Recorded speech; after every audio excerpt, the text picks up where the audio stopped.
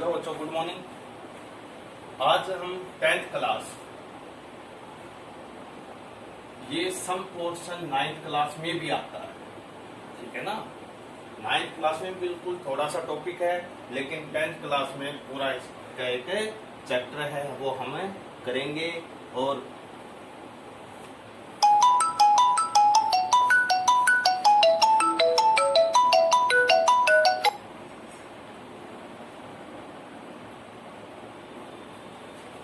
ये चैप्टर जो कल हमने किया था उसी से जुड़ा हुआ है।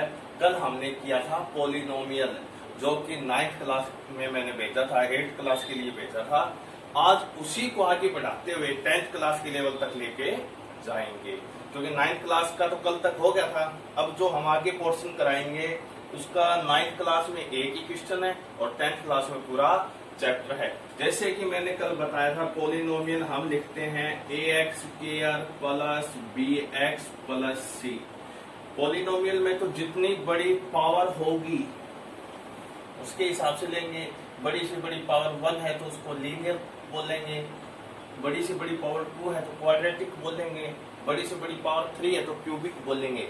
हमारे यहाँ 10th क्लास में सिर्फ क्वाड्रेटिक यूज होगा। क्या यूज होगा? Only quadratic equation. तो अब चलो हम चलते हैं इसके हिसाब से।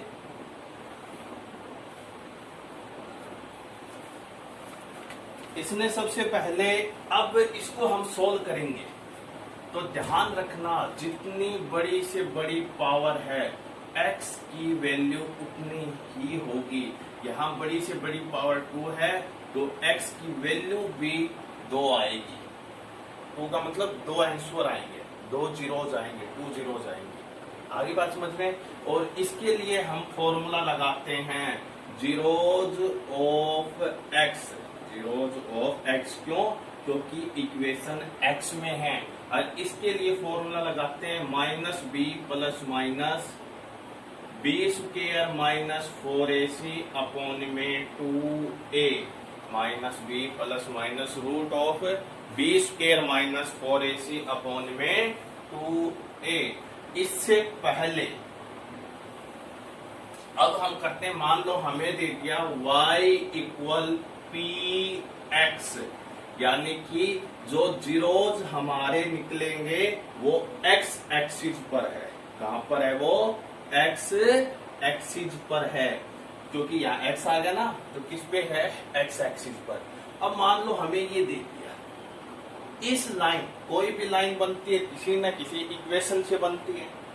कोई भी लाइन किसी न किसी इक्वेशन से बनती है, ठीक है ना। और ये इक्वेशन हम 7th के चैप्टर में करेंगे कि ये इक्वेशन बनती कैसे है। अब इसने कह दिया इस लाइन के हिसाब से x के कितने जीरोज होंगे। हम देखेंगे इस लाइन ने x को कहीं भी टच नहीं किया। इस लाइन ने x एक्सिस को कहीं भी टच नहीं किया, तो इसके हिसाब से एक भी जीरोज नहीं होगा। इसके हिसाब से एक भी जीरोज नहीं होगा। अब मान लो मैं फिर लिख देता हूं, इसको ऐसे कर देता हूं, इस लाइन के हिसाब से कितने जीरोज होंगे हम देखेंगे। ये लाइन x एक्सिस को कितनी बार छुआ है? 1 2 3। ये तो y एक्सिस है ना, y एक्सिस का नहीं देखना। x एक्सिस को कितनी बार छुआ है? 3 बार। तो यहाँ x के जीरोज भी कितने आएंगे? 3, यानी कि 3 आंसर आएंगे, ठीक है ना। 3 आंसर आएंगे। क्लियर है? अब हम चलते हैं मेन क्वेश्चन की ओर। इसमें जैसे कि पहला क्वेश्चन के हिसाब से हम ले लेते हैं। जैसे पहला क्वेश्चन हो गया x square minus 2x minus 8 equal 0। x square minus 2x minus 8 equal 0। अब बच्चों यहाँ x की हाईएस्ट पावर कितनी है? हाईएस्ट पावर है 2, तो इस इक्वेशन के आंसर भी कितने आएंगे? 2, ठीक है। सबसे पहले उस आंसर को हम क्या कहते हैं? जीरोज। तो आंसर को हम क्या कहते हैं? Zeros of x। x क्यों? क्योंकि भाई x में हमें दे रखा है जीरोज ऑफ x। इसके लिए फॉर्मूला हम लगाएंगे minus B plus minus root of B square minus 4ac upon में 2a, ठीक है ना, minus B plus minus root of B square minus 4ac upon 2a। यहां से हमारे दो जीरोज निकलेंगे। दो जीरोज निकलने का कारण भी ये है कि इसमें बड़ी से बड़ी पावर भी कितनी है, 2 है। अब देखो, इसको निकालने के लिए हमें यहाँ सबसे पहले पता होना चाहिए a क्या है हमारा, b क्या है और c क्या है। ध्यान रखना, जो एक्स स्क्वायर बड़ी पावर स्क्वायर ना एक्स स्क्वायर के साथ में है वो हमारा a होता है। एक्स स्क्वायर के साथ में कुछ नहीं है तो हमने 1 लिख दिया, a हमारा हो गया 1। x के साथ में होता है वो हमारा b, b कितना हो गया -2। और जो भाई अकेला होता है वो c, c कितना हो गया -8, c कितना हो गया -8। क्लियर है। अब a b c हमें मिल गया। ये a b c क्या है, इस इक्वेशन के कोफिशिएंट है, इस आंसर के कोफिशिएंट बोलते हैं, ठीक है ना। अब हम सबसे पहले निकालेंगे b square minus 4ac, b कितना -2 का square minus 4 multiply a multiply c। अब देखो, माइनस का स्क्वायर प्लस 2 का स्क्वायर 4 माइनस माइनस प्लस 4 1 जा 4 8 जा 32, और इसको प्लस करेंगे तो हमारा कितना आ जाएगा 36। तो b स्क्वायर माइनस 4ac हमारा कितना आ गया 36। अब देखो, b स्क्वायर माइनस 4ac के ऊपर स्क्वायर रूट है तो यहां भी हम क्या लगा देंगे, स्क्वायर रूट। 36 के ऊपर भी क्या लग गया, स्क्वायर रूट। 36 का स्क्वायर रूट कितना होता है 6। 36 का स्क्वायर रूट कितना होता है 6। अब हम चलते हैं, अब लिखते हैं जीरोज ऑफ x। अब हमें नकल मार के वैल्यू रखनी है, जीरोज ऑफ x। तो क्या है माइनस, माइनस किसका, फॉर्मूले का b, b कितना -2, माइनस माइनस क्या हो जाएगा +2, फिर plus minus root of B square minus 4ac हमारा आंसर कितना आया 6 अपॉन में 2 मल्टीप्लाई 8, 2 1 जा 2। इसके आगे प्लस लगाने की अब आवश्यकता नहीं है क्योंकि इसके आगे और कोई संख्या नहीं है। प्लस है तो लगाने की आवश्यकता नहीं होती, माइनस है तो हमें लगाने की आवश्यकता होती है। अब 2 6 को एक बार तो प्लस का लूंगा, 2 1 जा 2 कोमा। अब 6 एक बार किसका लूंगा, माइनस का। अब करो 6 प्लस में 2 8 अपॉन में 2, 2 माइनस 6 -4 अपॉन में 2 कट होगा, 2 4 जा और 2 2 जा, 2 4 जा 8, 2 2 जा 4। तो zeros of x, zeros of x हमारा कितना आ गया, एक आ गया 4 और एक आ गया -2। एक आ गया 4 और एक आ गया -2, जो बात मैंने आपको बताई थी, ठीक है ना। ये -2 है भाई, रिफ्लेक्शन की वजह से थोड़ा कम नजर आ रहा है। अब मैंने क्या कहा था, बड़ी से बड़ी पावर कितनी है 2, तो उसके आंसर भी कितने आएंगे 2 आएंगे। उसके लिए हम ये फॉर्मूला लगाते हैं, ठीक है बच्चों। कई बच्चे मेरे को नोट्स सेंड कर रहे हैं, सेम का सेम क्वेश्चन कर रहे हैं। नकलची बंदर मत बनो, अपने तरफ से बुक में से कहीं से और क्वेश्चन लेके करो, ठीक है ना। बस ध्यान ये रखना कि ये जो b स्क्वायर माइनस 4ac है ये माइनस में ना आ जाए, ऐसा क्वेश्चन मत लेना, ठीक है ना। ऐसा क्वेश्चन +1 के लिए होता है, आप लोगों के लिए नहीं है। तो b स्क्वायर माइनस 4ac ऐसा मत लेना जिसमें माइनस आ जाए, 0 आ जाए चलेगा, माइनस में नहीं आना चाहिए। ये क्वेश्चन इतना समझ में आ गया। इसी क्वेश्चन का एक पार्ट और है,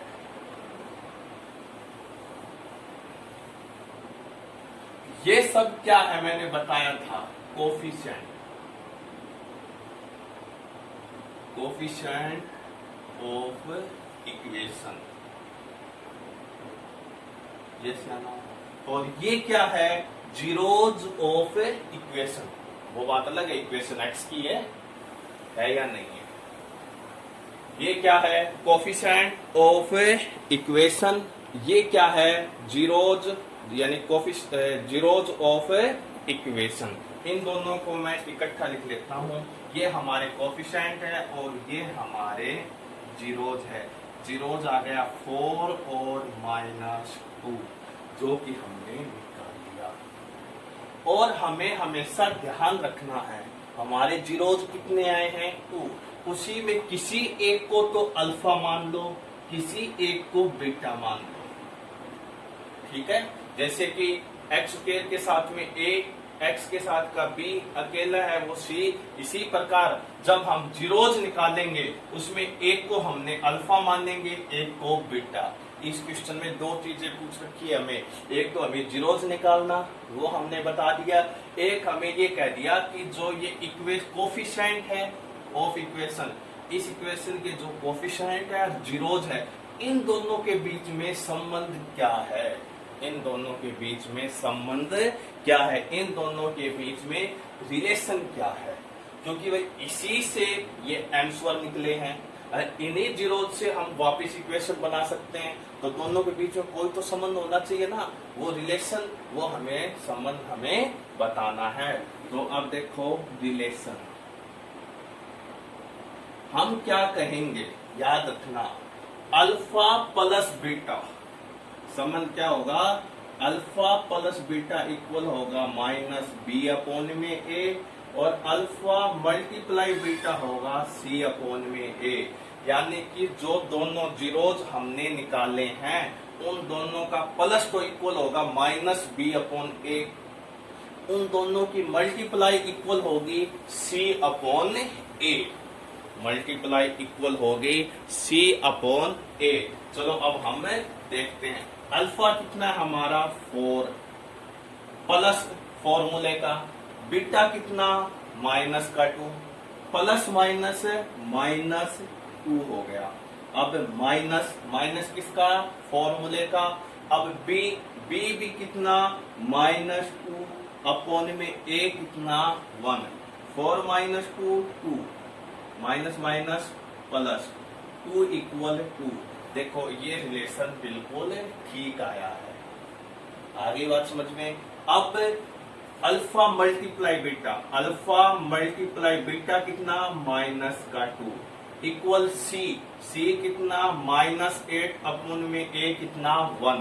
करो प्लस माइनस, -8 1 जा 8 इक्वल -8 अपॉन 1 की कोई बड़ी बात नहीं है।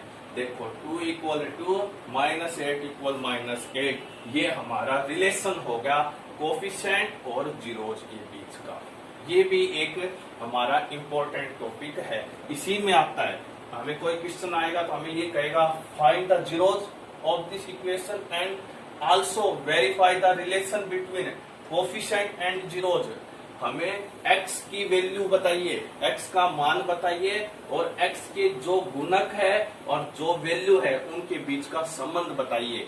तो ये हमारा होगा alpha plus beta equal -b/a, और alpha multiply beta equal c/a। Clear है ये बात? अब देखो हमने इक्वेशन से जीरोज निकाल दी, शून्य निकाल दिए, शून्य कर कोफिशिएंट का रिलेशन बता दिया। तो अब ऐसा भी होना चाहिए ना, इस जीरोज से हम वापिस इक्वेशन निकालें, इन जीरोज से वापिस इक्वेशन निकालें। ये क्वेश्चन भी आप लोगों के पास है, तो ये आपको समझ में आ गया होगा, आई होप। अब देखो हम इन जीरोज से वापिस क्या निकालेंगे? इक्वेशन। ये क्वेश्चन भी हमारे 9th 10th क्लास में आता है। 10th क्लास के बोर्ड में जो मैं आज आप लोगों को बता रहा हूँ, इसमें कम से कम 4 नंबर का हर बार आता है। ठीक है, अब क्वेश्चन क्या आएगा कि आप लोगों के पास जीरोज है 4 और -2, इसको इक्वेशन बनाइए, इसको इक्वेशन बनाइए। तो हम लिखेंगे हमारे पास जीरोज क्या है? 4 और -2। तो हम क्या करेंगे? लेट, एक को तो मान लेते हैं अल्फा, एक को मान लेते हैं बीटा। नो इशू, किसी को अल्फा मानो, किसी को बीटा। एक को अल्फा मान लिया तो अल्फा कितना हो गया 4 और बीटा कितना हो गया -2। अब हमें क्या बनानी है इक्वेशन। अब हमें क्या बनानी है इक्वेशन। इक्वेशन का फॉर्मूला क्या होता है ध्यान रखना। इक्वेशन का फॉर्मूला होता है x square minus alpha plus beta, फिर एक्स फिर प्लस अल्फा बीटा। ध्यान रखना इक्वेशन बनाने का फॉर्मूला क्या होता है x square minus alpha plus beta. थोड़ा रिफ्लेक्शन की वजह से साफ नहीं दिखाई दे रहा होगा, मैं नीचे लिख देता हूँ फॉर्मूला, कोई बात नहीं। क्या होता है x square minus alpha plus beta x plus alpha beta, ठीक है ना। क्या फॉर्मूला होता है x square minus alpha plus beta bracket बंद एक्स प्लस अल्फा बीटा, ठीक है, इक्वल 0। ये हमारा जीरोज से वापिस, ये हमारा जीरोज से वापिस इक्वेशन बनाने का फॉर्मूला होता है। याद रखना इक्वेशन से जीरोज का -b plus minus root of B square minus 4ac/2a होता है। यह हमने क्या जीरोज से वापिस इक्वेशन बनाने का फॉर्मूला होगा x square minus alpha plus beta x plus alpha beta, ठीक है। अब आप लोगों को समझ में आ गया होगा कि हमने जीरोज को अल्फा बीटा क्यों माना, क्योंकि अकॉर्डिंग टू फॉर्मूला। अब देखो एक्स स्क्वायर माइनस अल्फा कितना 4, फिर फॉर्मूला किसका है प्लस का, लेकिन बीटा किसका माइनस, प्लस माइनस है -2, बाहर x plus alpha multiply beta equal है 0। अब देखो x square minus 4 minus 2x, फिर प्लस माइनस -4 2 जा 8 इक्वल 0। इस प्रकार हम जीरोज से वापिस इक्वेशन निकालेंगे, इक्वेशन से जीरोज निकालेंगे और इनके कोफिशिएंट और जीरोज का रिलेशन मैंने आपको बता दिया था। देखो यही आ गया alpha plus beta alpha multiply beta. Alpha plus beta किसके इक्वल होता है -b/a। अल्फा मल्टीप्लाई बीटा किसके इक्वल होता है c/a। धन्यवाद बच्चों। कल हम आपको डिवाइड करना सिखाएंगे, वेरिएबलों का डिवाइड करना सिखाएंगे। धन्यवाद।